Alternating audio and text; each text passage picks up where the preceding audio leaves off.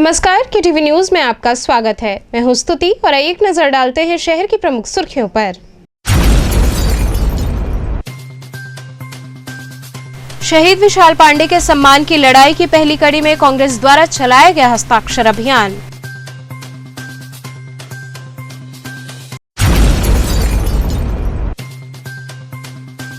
जिला पंचायत भवन में जिला पंचायत की दूसरी बैठक हुई आहूत।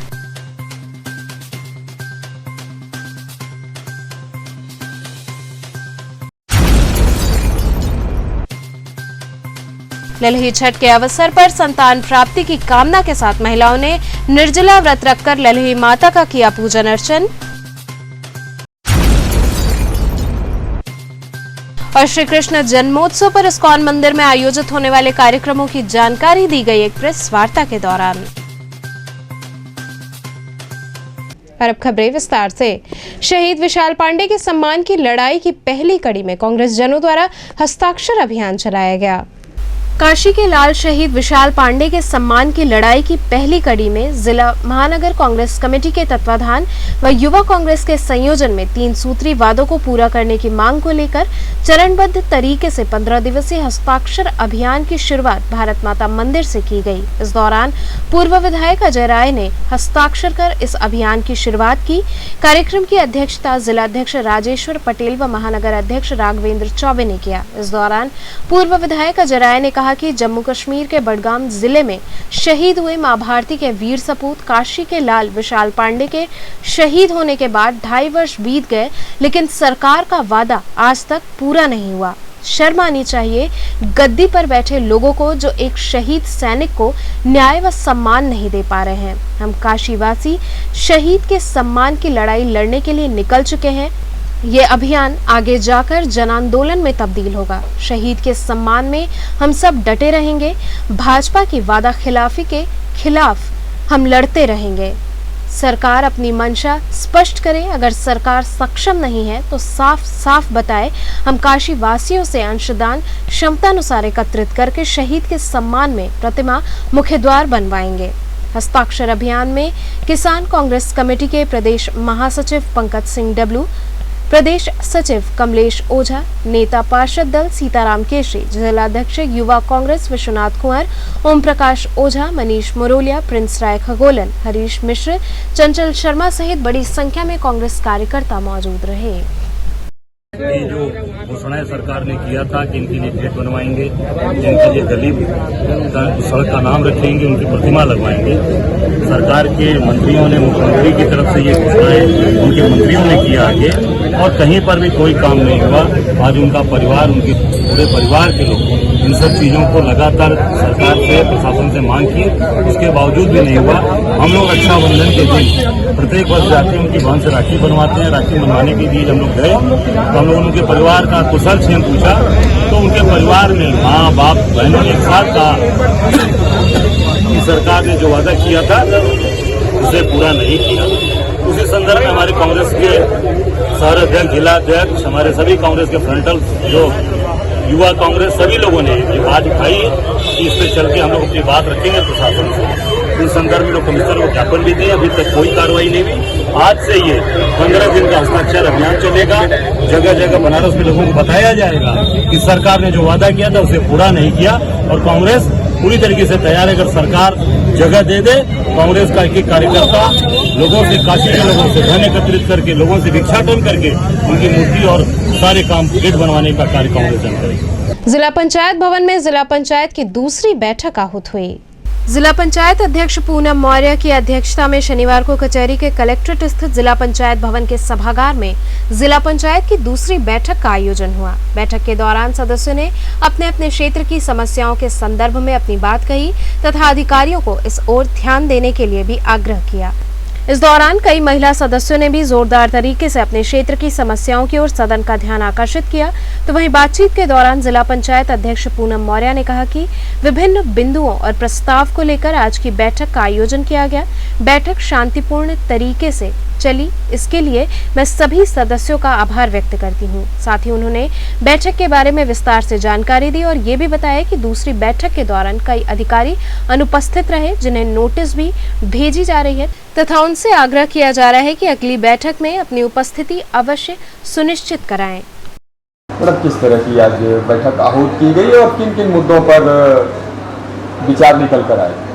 जिला पंचायत की आज ये दूसरी बैठक थी और बहुत शांतिपूर्ण ढंग से और बहुत अच्छे से चली और सभी सदस्य अपनी समस्याओं को अधिकारियों के सामने रखें और अधिकारियों ने भी समस्याएं सुनी और उनका समाधान करने की पूरी कोशिश की गई। और ज़्यादातर हम लोग के अधिकारी लोग आए थे, लेकिन कुछ अधिकारी नहीं आए थे, तो मेरी नोटिस जाएगी कि भाई आगे जो भी बैठक हो उसमें उनसे मेरा अनुरोध रहेगा कि वो ज़रूर उपस्थिति अपनी दर्ज कराएं।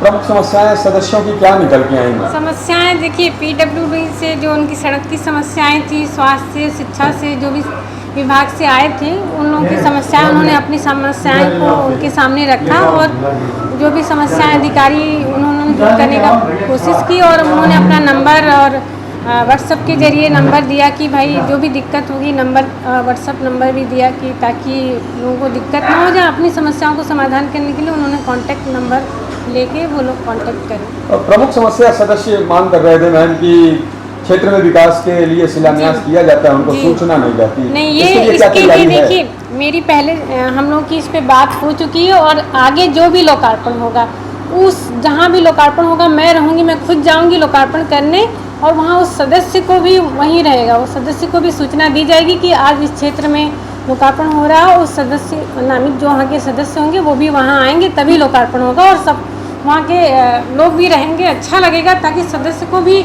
एक भाई उसका क्षेत्र है तो उसका भी नाम होना चाहिए और जो भी समस्याएं हैं कि लोकार्पण में हम लोग का नाम नहीं, शासकीय आदेश आ गया, जो भी अब लगेगा पत्थर उसमें सदस्य का भी नाम रहेगा। अध्यक्ष और जो माननीय हमारे मुख्यमंत्री हैं और हमारे मुख्यमंत्री और हमारे प्रधानमंत्री उनका भी सबका नाम रहेगा और सांसद। क्या कहीं से कोई प्रस्ताव गया है क्या? जी, प्रस्ताव तो क्षेत्र से सभी लोगों का आ चुका है। अब हम लोग की प्राथमिकता है, जो जैसी प्राथमिकता रहेगी उस पर जल्दी से जल्दी काम कराने का रहेगा, जो भी जैसी प्राथमिकता है। प्रमुख रूप से आज किन प्रस्तावों को पास किया गया? जी, और पहली बात है कि पहली हम लोगों की दूसरी बैठक थी और बहुत अच्छे ढंग से सभी ने बहुत अच्छा कोऑपरेट किया। उसके लिए मैं सभी सदस्यों को धन्यवाद देती हूँ कि शांतिपूर्ण ढंग से हमारी ये आज की बैठक संपन्न हुई। ललही छठ के अवसर पर संतान प्राप्ति की कामना के साथ महिलाओं ने निर्जला व्रत रखकर ललही माता का पूजन अर्चन किया। ललही छठ के पावन अवसर पर ईश्वर गंगे स्थित ललही माता मंदिर में व्रती महिलाओं की भीड़ उमड़ी। संतान प्राप्ति की कामना व संतान की लंबी उम्र की कामना के साथ महिलाओं ने निर्जल व्रत रखा। इस अवसर पर सभी ने विधिवत ललही माता की कथा सुनी और फल फूल मिष्ठान इत्यादि अर्पित कर विशेष पूजन अर्चन किया। वहीं मान्यता के अनुसार बड़ी संख्या में महिलाएं तालाब के किनारे भी पूजन करने पहुंची। इस अवसर पर पूरे क्षेत्र में मेले जैसा माहौल रहा। खाने पीने से लेकर फलाहार, खिलौने की दुकानों के साथ ही बच्चों के लिए झूले चरखे भी लगाए गए। ललही छठ माता का मंदिर है, बहुत ही प्राचीन मंदिर है।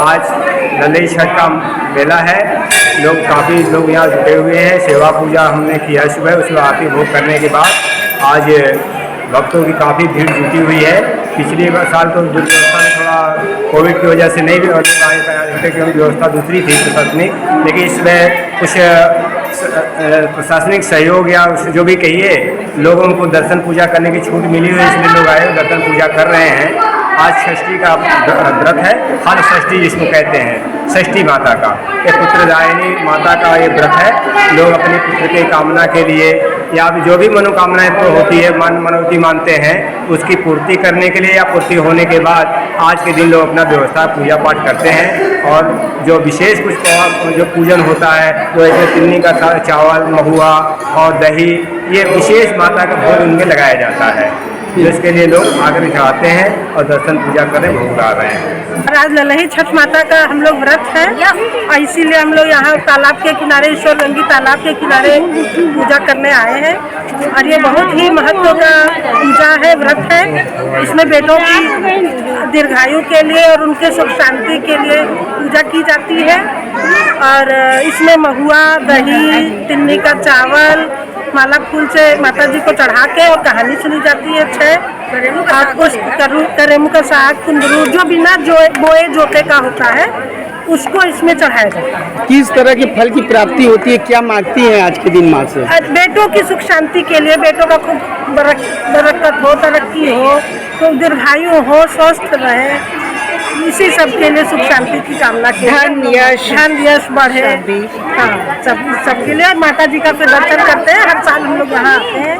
बहुत ही महत्व का ये मंदिर है, पूजा बहुत अच्छा। क्या है आज किस देवी का दर्शन चल रहा है? किस देवी का दर्शन? छठ माता का दर्शन चल रहा है। लल्लई छठ है आज और हम लोग सब यहाँ पूजा के हिसाब से आए हैं। बहुत लोगों ने व्रत किया है और 2 लाइन भजन है हमारी। मैया दर्शन दे जाना, मैया दर्शन दे जाना, सुन माँ जगदम्बे मेरा मन हर ले जाना, सुन माँ जगदम्बे मेरा मन हर ले जाना। ओ मैया दर्शन दे जाना, माँ दर्शन दे जाना, सुन माँ जगदम्बे मेरा मन हर ले जाना, सुन माँ जगदम्बे मेरा मन हर ले जाना। श्री कृष्ण जन्मोत्सव पर इस्कॉन मंदिर में आयोजित होने वाले कार्यक्रमों की जानकारी एक पत्रकार वार्ता के दौरान दी गई। इस्कॉन मंदिर वाराणसी द्वारा श्री कृष्ण जन्माष्टमी का उत्सव हर वर्ष की भांति इस वर्ष भी कृष्ण भक्ति से परिपूर्ण वातावरण के बीच धूमधाम से मनाया जाएगा। कोरोना के वैश्विक संकट को देखते हुए मंदिर प्रबंधन समिति द्वारा इस बार जन्माष्टमी महोत्सव में श्रद्धालुओं को सोशल डिस्टेंसिंग का पालन करवाते हुए दर्शन की विशेष व्यवस्था की गई है। इस बात की जानकारी मंदिर प्रबंध समिति के चेयरमैन अच्युत मोहन दास ने पत्रकारों से रूबरू होते हुए दी। उन्होंने सभी कार्यक्रम की जानकारी देते हुए बताया कि इस बार श्री कृष्ण जन्मोत्सव के अवसर पर इस्कॉन के भक्तों द्वारा 24 घंटे का अखंड हरिनाम संकीर्तन का आयोजन भी किया गया है। यहाँ पर काशी की महानगरी में एक बहुत ही विशेष आयोजन इस वर्ष हर वर्ष की भांति किया जा रहा है श्री कृष्ण जन्माष्टमी के उपलक्ष्य में इस सोमवार को, और ये 2 दिन का बड़ा ही रंगारंग कार्यक्रम रहेगा। और इस महामारी के चलते ये एक अत्यंत विशेष भूमिका लेकर आया है हम सभी के जीवन में। कैसे?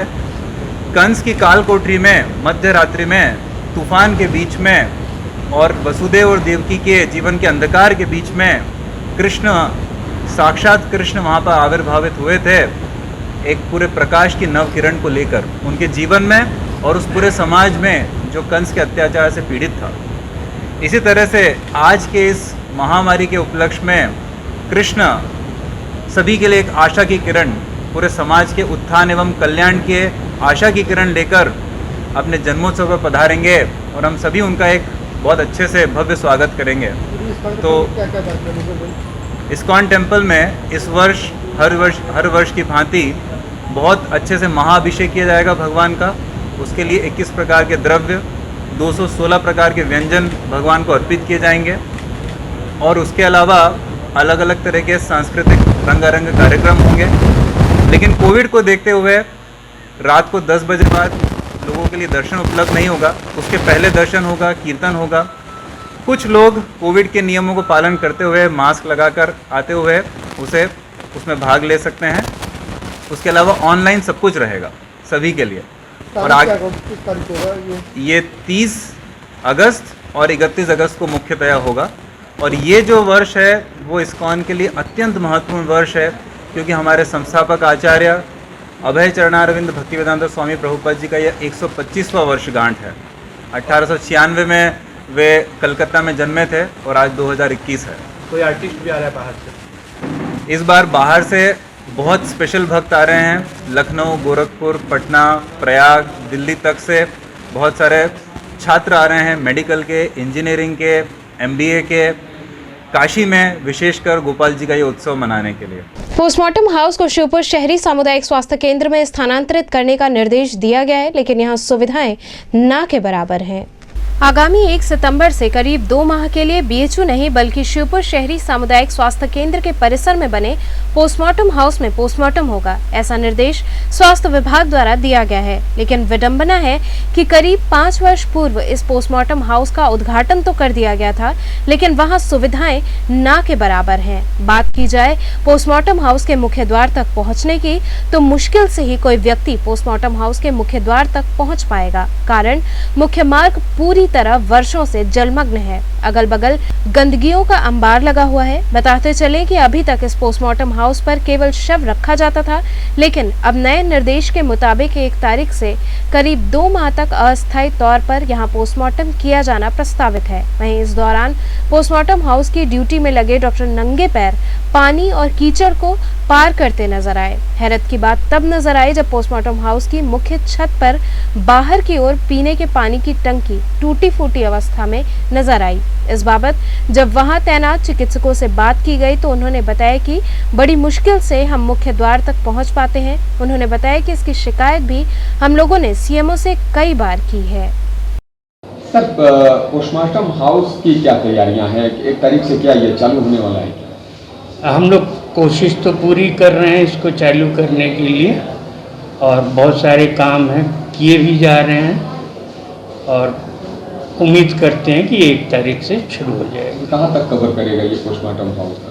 ये पूरा बनारस का ही जो पोस्टमार्टम्स बीएचयू में होते थे वो 2 महीने के लिए यहाँ पे करने की बात हो रही है। 2 महीने तक पूरे जो बीएचयू में पोस्टमार्टम संपादित किए जाते थे वो यहीं से संपादित? यहाँ से, हमारे यहाँ से होंगे। तो सर, उसके पहले अभी हमने वहाँ देखी दुश्वारियाँ, जाने लायक सड़क ही नहीं, पूरा जलमग्न है। किस तरह से कर्मचारी उसमें, और 1 तारीख नज़दीक है। हम लोगों ने चिट्ठी लिख दी है सीएमओ साहब को, और उनने वो चिट्ठी फॉरवर्ड कर दी है इंजीनियर्स को, जो कंसर्न इंजीनियर लोग हैं। उम्मीद करते हैं कि अगर युद्ध स्तर पे कार्य होगा तो कर देंगे, वो 1 तारीख से पहले ख़त्म कर लेंगे। लोगों का कहना है सर, वर्षों से ये समस्या है, पानी टंकी, पानी की समस्या, चलने लायक सड़क ही नहीं है। तो ऐसे में 1 तारीख नज़दीक है, किस तरह शुरुआत हो पाएगी? देखिए, थोड़ा मुश्किल तो है, और इसको दुश्वारियों को दूर करने के लिए बहुत युद्ध स्तर पे अगर कार्य किया जाएगा तब वो हो सकता है, ऐसे तो फिर मुश्किल है। जो मैं इस वक्त कार्यरत हूँ बीएचयू पोस्टमार्टम हाउस, मगर मेरा मूल स्थान यहाँ शिवपुर वाराणसी है। पोस्टमार्टम हाउस में किस तरह की शुरुआत 1 तारीख से होनी है यहाँ पे, और उसके पहले किस तरह की व्यवस्था आपको मिली है?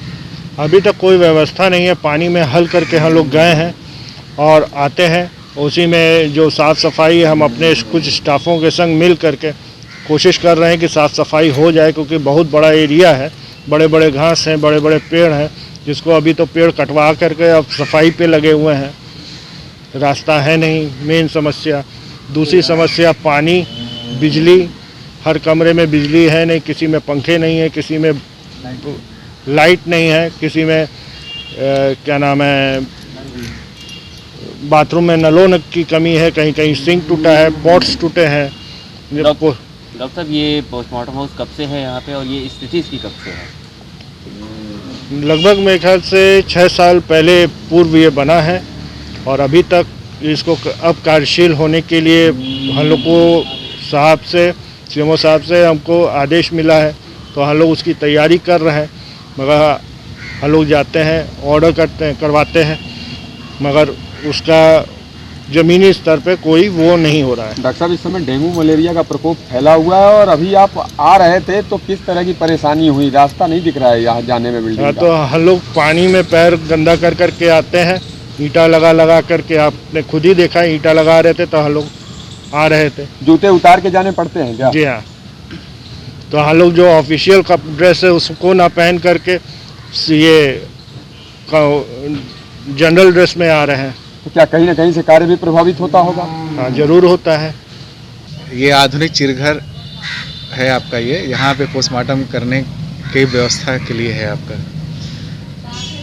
तो सामने जाने लायक रास्ता भी नहीं है, वहीं जाते हैं क्या आप लोग? जाना तो पड़ता ही है, नौकरी है तो काम तो करना ही है आपका। कैसे जा पाते हैं आप लोग? वही है, पानी में से हल के जाते हैं, कोई और रास्ता तो है नहीं। क्या क्या व्यवस्थाएं हैं यहाँ पे और जो होनी चाहिए वो चीज़ें हैं कि नहीं, और क्या इसकी शुरुआत कब से होने वाली है? पोस्टमार्टम हाउस को चालू करने के लिए 1 तारीख से बोला गया है और हमने सारी चीज़ों का लेटर दे दिया है, मगर अभी कोई व्यवस्था अभी हमको मिला नहीं है आपका। हम भी इंतज़ार कर रहे हैं व्यवस्था का। कैसी व्यवस्थाएं हैं अभी? और बात की जाए सामान की, पानी की और शौचालय वगैरह की व्यवस्था तो कुछ नहीं है। पानी का टंकी उल्टा हुआ है आपका, कहते हैं पानी का कनेक्शन नहीं है और जाने का रास्ता तो ख़राब है ही है। बहुत सारे लाइट हैं, पंखे हैं, वो भी नहीं है। नल भी नहीं है आपका, कहते हैं इवन सिंक भी नहीं है, जो कि बेसिक रिक्वायरमेंट है वो भी नहीं है। और सबसे बड़ी चीज़ है आपका, कहते हैं यानी हमको पोस्टमार्टम में रोशनी की ज़रूरत होती है चारों तरफ, यानी बिल्डिंग के चारों तरफ रोशनी हो प्रॉपर, वो भी नहीं है आपका, कहते हैं। कैसे काम करता ये सारी चीज़ों को हमने, ये शुरुआत तो आपको 1 तारीख से होगा, ये सारी चीज़ें रिक्वायरमेंट है हमारी, जिसके लिए मैं लेटर लिखा हुआ है साहब को, कहते हैं। यहाँ रुकेंगे एक छोटे से ब्रेक के लिए, आप बने रहिए KTV के साथ।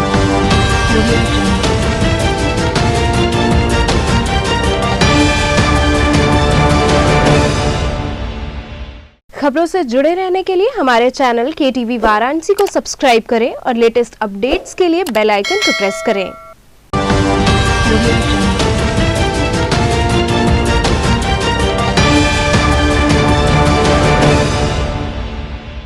ब्रेक के बाद आपका स्वागत है।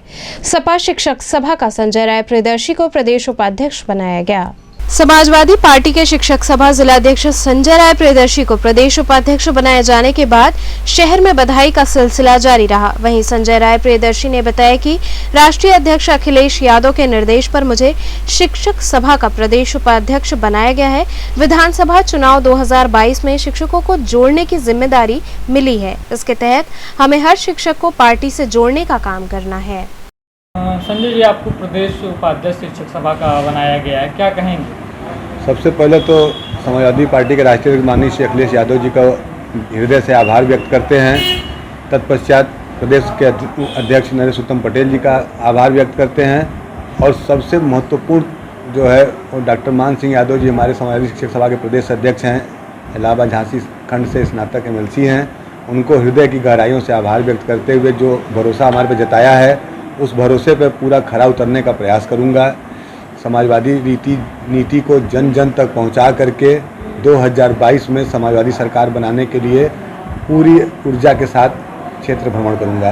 आपके ऊपर बहुत बड़ी जिम्मेदारी दी गई है, आने वाले समय में 2022 का चुनाव है, तो क्या तैयारियां करेंगे पार्टी को मजबूत करने के लिए? सबसे पहले तो शिक्षक समाज को एकजुट करने का प्रयास करूंगा कि शिक्षक समाज समाजवादी पार्टी के रीति नीति से अवगत होकर के हमारे समाजवादी नीतियों के अनुरूप हमारे दल को समर्थन करे, क्योंकि एकमात्र समाजवादी पार्टी ही है जो शिक्षक हित की बात करती है, सदियों से करती चली आई है। और सबसे बड़ी चीज़ है कि जो भी हमारे शिक्षक, चाहे विषय विशेषज्ञ रहे हों या शिक्षा मित्र रहे हों, सबका कल्याण शिक्षा समाजवादी पार्टी में ही हुआ है। और आने वाले समय में जो वित्तहीन शिक्षक हमारे हैं, उनको भी राष्ट्रीय अध्यक्ष जी ने कहा है कि उनको सरकार बनते ही मानदेय दिया जाएगा।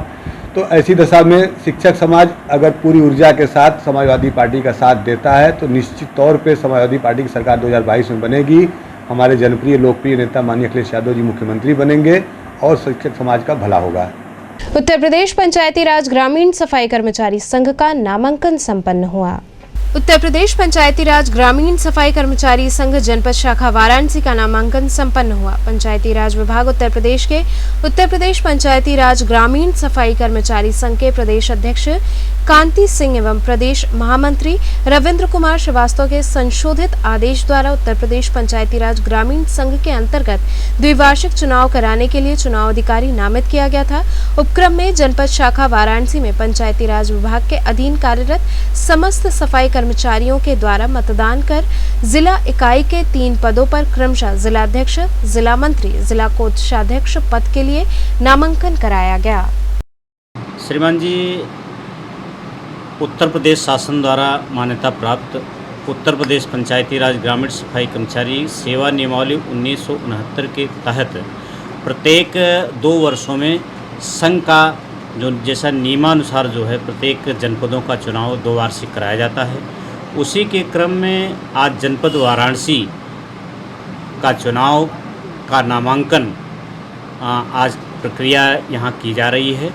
चुनाव आगामी 6 सितंबर को समस्त कर्मचारियों को कराया जाएगा। जैसा कि आज नामांकन की डेट घोषित थी पूर्व अनुसार, उस कार्यक्रम को आज जनपद वाराणसी में हो रहा है। कितने पदों पर चुनाव हो रहा है और कितनी वोटिंग, कितनी 3 पदों का चुनाव है, जिला अध्यक्ष के लिए, जिला मंत्री के लिए, जिला कोषाध्यक्ष के लिए, जिसमें जनपद के 1339 जनपद वाराणसी के 1339 कर्मचारी प्रतिभाग करेंगे और इन प्रत्याशियों को अपना मत प्रदान करेंगे। जो भी प्रत्याशी इन कर्मचारियों से विजयी होकर आएगा वो संगठन में पूर्ण रूप से काम करेगा। कोरोना गाइडलाइन की क्या उस पर किस तरीके से उसको मेंटेन करेंगे? कोरोना गाइडलाइन को जिस तरीके से चुनाव में किया जाता है। जी, बहुत अच्छा सवाल आपका है।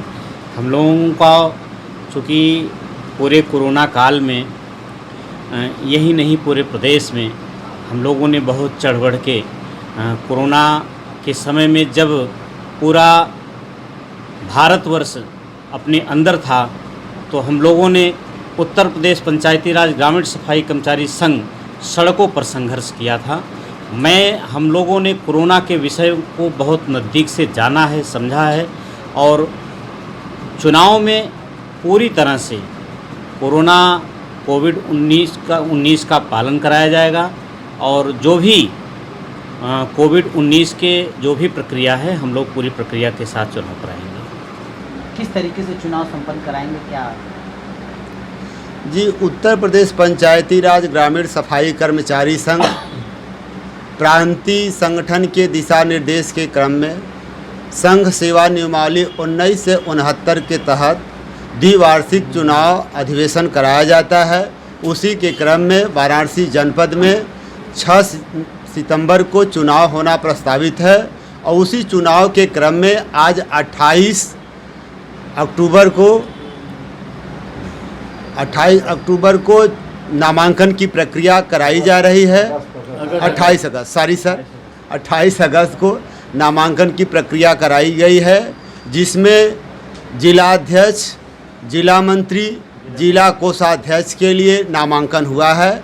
सभी पदों के लिए नामांकन की प्रक्रिया कराई जा चुकी है और इन सभी पदों में 2 पद जिलाध्यक्ष के लिए, 2 फार्म कोषाध्यक्ष के लिए और 2 फार्म जिला मंत्री के लिए आ चुके हैं और सारे पर्चे वैध पाए गए हैं और इसी प्रत्याशियों में इन्हीं 6 प्रत्याशियों के लिए 6 सितंबर को चुनाव प्रस्तावित है। 6 सितंबर को चुनाव होगा और 13 से 39 जो भी कर्मचारी हैं उन्हीं के बीच में चुनाव संपन्न कराया जाएगा।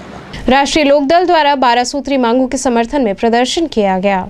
राष्ट्रीय लोकदल के पदाधिकारी एवं कार्यकर्तागण कचहरी पहुंचकर अपनी 12 सूत्री मांगों को लेकर प्रदर्शन किया। वहीं राष्ट्रीय लोकदल के अध्यक्ष हरिशंकर यादव ने बताया कि किसानों की फसलों की लागत बढ़ गई है और मंडियों में लाभकारी मूल्य नहीं मिल पा रहा है। सरकार का किसानों की आय दुगनी करने का वादा जुमला बनकर रह गया। लगभग 9 महीने से देश के किसान इस कानून का विरोध कर रहे हैं और एमएसपी की गारंटी की मांग कर रहे हैं। इस संदर्भ में हमने अपनी 12 सूत्री मांग रखी है, जिसे लेकर हम प्रदर्शन कर रहे हैं। इस मौके पर हवलदार यादव, धर्मराज यादव, हरिशंकर यादव समेत दर्जनों कार्यकर्ता मौजूद रहे। कैसा धरना दिया आज आप लोगों ने? क्या जो सरकार की किसान के खिलाफ नीतियां हैं, शिक्षा के सवाल पर, बेरोजगारी के सवाल पर, महंगाई के सवाल पर, कानून की बिगड़ी हुई व्यवस्था के सवाल पर, आवारा पशुओं के सवाल पर हम लोग आज महामहिम राज्यपाल को ज्ञापन सौंपने जा रहे हैं द्वारा जिलाधिकारी महोदय। आज किसान बेहाल है, उसकी लागत का कोई मूल्य नहीं मिल रहा है। खाद दवाई महंगी हो गई है, धान गेहूं का दाम सस्ता भी हो गया, कोई लेने वाला भी नहीं है। जो चीज़ पूंजीपतियों के हाथ में चली जा रही है, जैसे सरसों पूंजीपति खरीद लिया, 200 रुपया किलो तेल का बेचवाना शुरू किया। आलू 6 रुपया किलो खरीदा, 60 रुपया किलो आलू बिचवाया, सब लोगों ने खरीदा। तो महंगाई की चरम सीमा पर हो गई है। नौजवान पढ़ लिख कर गाँव में घूम रहे हैं, सारे रोजगार बंद हो गए हैं, उद्योग धंधे बंद होते चले जा रहे हैं। सरकारी इनके पास कोई व्यवस्था नहीं है। नियुक्ति के सवाल पर हमेशा वैकेंसी निकालते हैं, फार्म भरवाते हैं, फिर हाई कोर्ट से स्टे दिलवा करके बच्चों को परेशान करते हैं। तो शिक्षा भी बाधित हो रही है। लगभग 2 साल से कोरोना के बहाना में आड़ में सारे सब कुछ हो रहे हैं, सभा हो रही है, इनका मीटिंग भाषण हो रहा है, चुनाव हो रहा है, लेकिन स्कूल बंद होते चले जा रहे हैं, सब बंद किए जा रहे हैं। तो शिक्षा के सवाल पर लड़के जो घूम रहे हैं बिना परीक्षा दिए पास करा दिए गए, इससे बड़ा दुर्दशा, इससे बड़ा और बुरा काम क्या हो सकता है। देश को मानसिक रूप से, वैज्ञानिक रूप से, सामाजिक रूप से कमज़ोर किया जा रहा है। इस तरीके से किसानों की ज़मीन अधिकृत करी जा रही है, उसकी क्या किसान यह ज़बरदस्ती है। यह सरकार की जिन्होंने कहा कि 80% किसानों की सहमति होना चाहिए, और किसानों की सहमति कहीं नहीं ले रहे हैं। ये जब जहाँ चाह रहे हैं वहाँ अपना जो है अपने पुलिस बल के द्वारा, अपने जब गुंडा गर्दी के द्वारा किसानों की ज़मीन को हड़प ले रहे हैं। ना 80% किसानों की सहमति ली जा रही है, ना उनको उचित वहाँ का मुआवजा मिल रहा है। रामकटोरा स्थित शाह हॉस्पिटल में नेत्र परीक्षण शिविर लगाया गया। 25 अगस्त से 8 सितंबर तक चलने वाले नेत्रदान पखवाड़े के अंतर्गत रामकटोरा स्थित शाह हॉस्पिटल में डॉक्टर सुनील शाह द्वारा लोगों को जागरूक करने के लिए विभिन्न कार्यक्रमों का आयोजन किया जा रहा है। इसी क्रम में शिविर लगाकर लोगों का नेत्र परीक्षण किया गया, साथ ही उन्हें उचित परामर्श देते हुए आंखों की देखभाल के लिए जागरूक किया गया। नेत्रदान महादान के उद्घोष के साथ शुरू हुए कार्यक्रम में जगह जगह नुक्कड़ नाटक के माध्यम से भी लोगों को जागरूक किया जा रहा है। 25 तारीख से लेके 8 सितंबर तक ये पखवाड़ा चलेगा। हमारा लक्ष्य है कि कम से कम 16 लोगों को आँख दान करके लगाएं और कम से कम 16 लोगों की 32 आँखें दान हों। तो ये हमारा टारगेट है। इस टारगेट को पूरा करने के लिए भारत विकास परिषद, जेसीस क्लब, लायंस क्लब, इनरवीर क्लब और हमारे जो है खास रोटरी क्लब के दीपक अग्रवाल जी और हमारे उसके क्लब के अश्विनी जैन जी, अश्विनी टंडन जी और हमारे अप्पू गोयल जी और सभी जो हमारे वानसी आयरन सोसाइटी और ऑप्टोमेट्री कॉलेज के बच्चे नुक्कड़ नाटक कर रहे हैं। आज भी आपको बता दें, वर्ष हो रहा है कि आज भी नुक्कड़ नाटक के 2 जगह मंचन हुआ और 2000 लोगों ने, उनकी आंखों में आंसू आ गया, बिल्कुल रो पड़े जब उन्होंने देखा कि उनके घर की बच्ची ब्लाइंड हो गई है। तुरंत जो है लोगों ने नेत्रदान का फॉर्म भरा और टेलीफोन पर स्टिकर लगाए। ये स्टिकर बहुत खास बनाया गया है। इस स्टिकर को लगने से लोगों को याद रहता है कि नेत्रदान बिना फॉर्म भरे भी किया जा सकता है। पराड़कर स्मृति भवन में विराट खरवार सम्मान समारोह आयोजित हुआ। विराट खरवार सम्मान समारोह का आयोजन पराड़कर भवन के गर्दे सभागार में आयोजित किया गया। कार्यक्रम के मुख्य अतिथि सदस्य विधान परिषद लक्ष्मण आचार्य व विशिष्ट अतिथि डॉक्टर संजय गोंड रहे। इस अवसर पर रंगारंग कार्यक्रमों की प्रस्तुति हुई। कार्यक्रम का उद्देश्य समाज को एकजुट करना रहा। इस मौके पर राजकुमार खरवार, मुन्ना खरवार, शारदा खरवार सहित समाज के अन्य लोग उपस्थित रहे। अखिल भारत खरवार महासभा के कार्यक्रम में आया हूँ। आज इस कार्यक्रम में अपने सभी स्वजाति बंधुओं से मिलकर और उनको हार्दिक शुभकामना देते हुए भारतीय जनता पार्टी के साथ चलने के लिए उनको उत्साहवर्धन भी करेंगे। तो आज के इस कार्यक्रम का मुख्य उद्देश्य क्या है?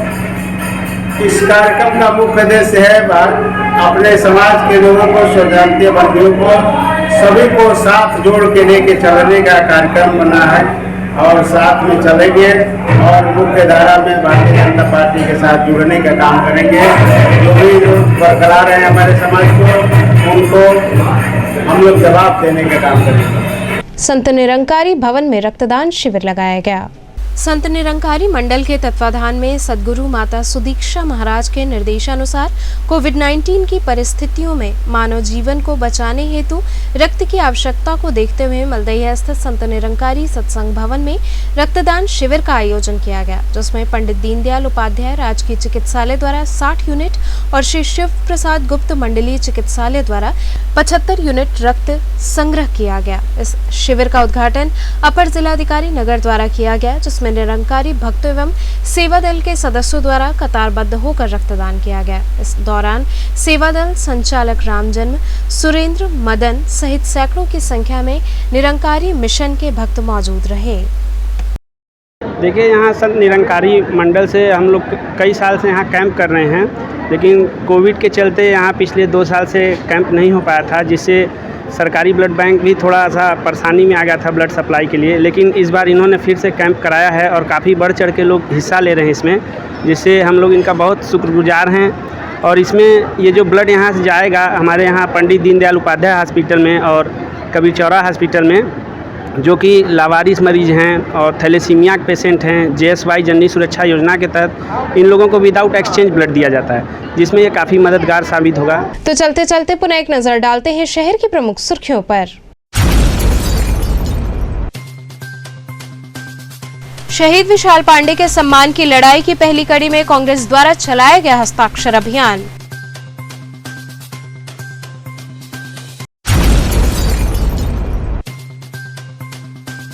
जिला पंचायत भवन में जिला पंचायत की दूसरी बैठक हुई आहूत।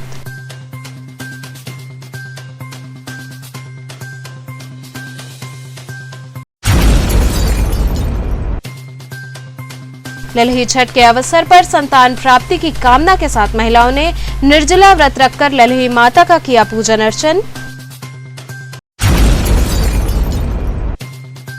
और श्री कृष्ण जन्मोत्सव पर इस्कॉन मंदिर में आयोजित होने वाले कार्यक्रमों की जानकारी दी गई एक प्रेस वार्ता के दौरान। तो ये थे आज के समाचार। कल फिर होगी मुलाकात, तब तक के लिए नमस्कार।